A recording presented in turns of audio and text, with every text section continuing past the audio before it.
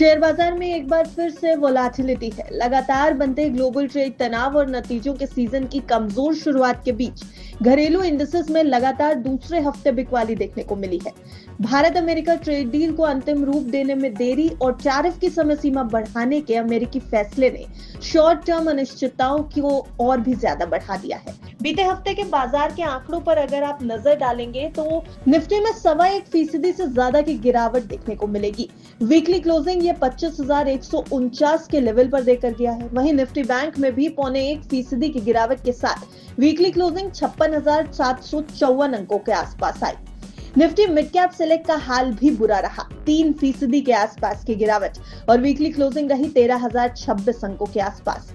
अगर आप सेक्टर्स पर नजर डालें तो सबसे ज्यादा तेजी एफएमसीजी सेक्टर में नजर आ रही है, वो भी 2.25% की बढ़त के साथ।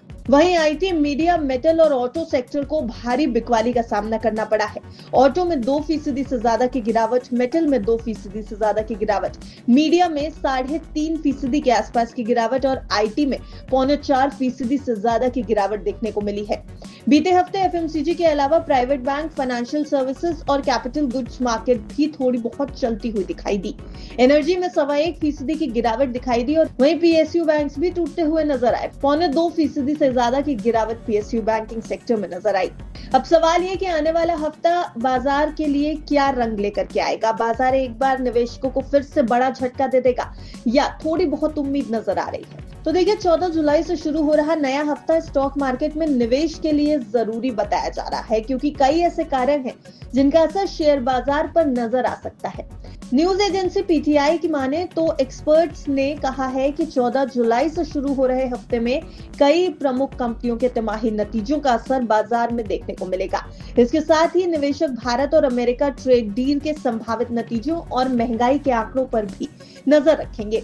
ट्रेड डील पर फिलहाल तो कोई स्पष्टता है नहीं, इसलिए बाजार में है तनाव। इसलिए वैश्विक बाजार का रुझान और विदेशी निवेशकों की एक्टिविटीज पर भी निवेशकों की नजर रहेगी, क्योंकि ये भी शेयर बाजार की चाल तय करेंगी। निफ्टी में कमजोरी बनी हुई है क्योंकि इंडेक्स वीकली चार्ट पर पिछले स्विंग लो से नीचे फिसल गया है, ऐसा एक्सपर्ट्स का मानना है। इसके अलावा विशेषज्ञ ये भी कह रहे हैं कि ये डेली टाइम फ्रेम पर 21 ईएमए से भी नीचे गिरता हुआ दिखाई दे रहा है।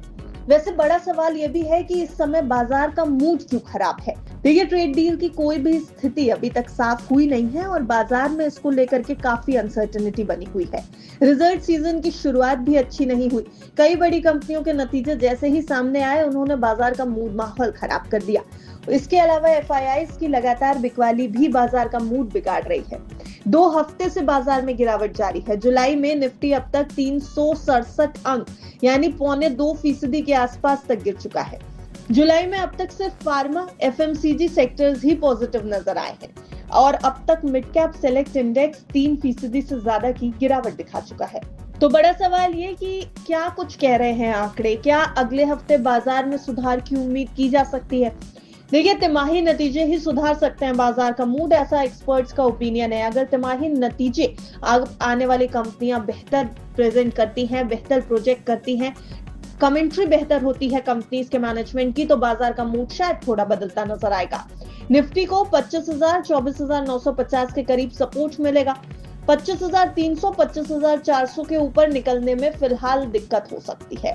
भारत यूएस ट्रेड डील होते ही बाजार की बाजी जरूर पलट सकती है। एक्सपर्ट्स का ये मानना है कि अगर ट्रेड डील को लेकर के कोई भी बड़ी खबर आ गई या ट्रेड डील फाइनल हो जाती है तो बाजार की बाजी पलट जाएगी। इसके अलावा अगले हफ्ते कुछ बड़ी कंपनियां जो नतीजे पेश करने वाली हैं, उनके बारे में भी आपको बता देते हैं। इसके अलावा कुछ इंपॉर्टेंट इवेंट्स हैं जिस पर बाजार की नजर रहेगी, ये भी आपको बताते चलते हैं। अर्थव्यवस्था यानी इकोनॉमी पर आगे के संकेतों की अगर बात करें तो 14 जुलाई को आने वाले WPI और CPI महंगाई के आंकड़ों पर निवेशकों की बारीकी से नजर होगी। अगले हफ्ते कई बड़ी कंपनियों के नतीजे आने वाले हैं, जैसे कि HCL Tech Mahindra, Axis Bank, Wipro, JSW steel और इनके अलावा कई और कंपनियां भी अगले ही हफ्ते अपने तिमाही नतीजे जारी करेंगी वित्त वर्ष 2026 की पहली तिमाही के लिए।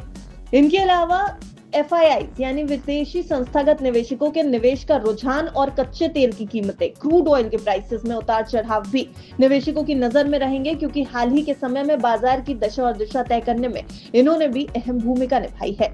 तो आईपीओ ट्रैकर की तरफ चलते हैं, क्योंकि अगले हफ्ते यानी 14 जुलाई से शुरू हो रहे हफ्ते में आईपीओ भी इंपॉर्टेंट रोल प्ले करने वाले हैं। एंथम बायोसाइंसेस समेत 3 नए आईपीओ बाजार में आने वाले हैं और इसके अलावा 6 कंपनियां लिस्ट होने वाली हैं। मेन बोर्ड सेगमेंट में 3,395 करोड़ रुपए का एंथम बायोसाइंसेस का आईपीओ 14 जुलाई को खुल रहा है। पहले से खुला हुआ स्मार्टवर्क्स कोवर्किंग स्पेसेस आईपीओ 14 जुलाई को बंद हो जाएगा। इसके शेयर 17 जुलाई को लिस्ट होंगे और इसी तरह ट्रैवल फूड सर्विसेज का इशू भी 14 जुलाई को ही लिस्ट होगा।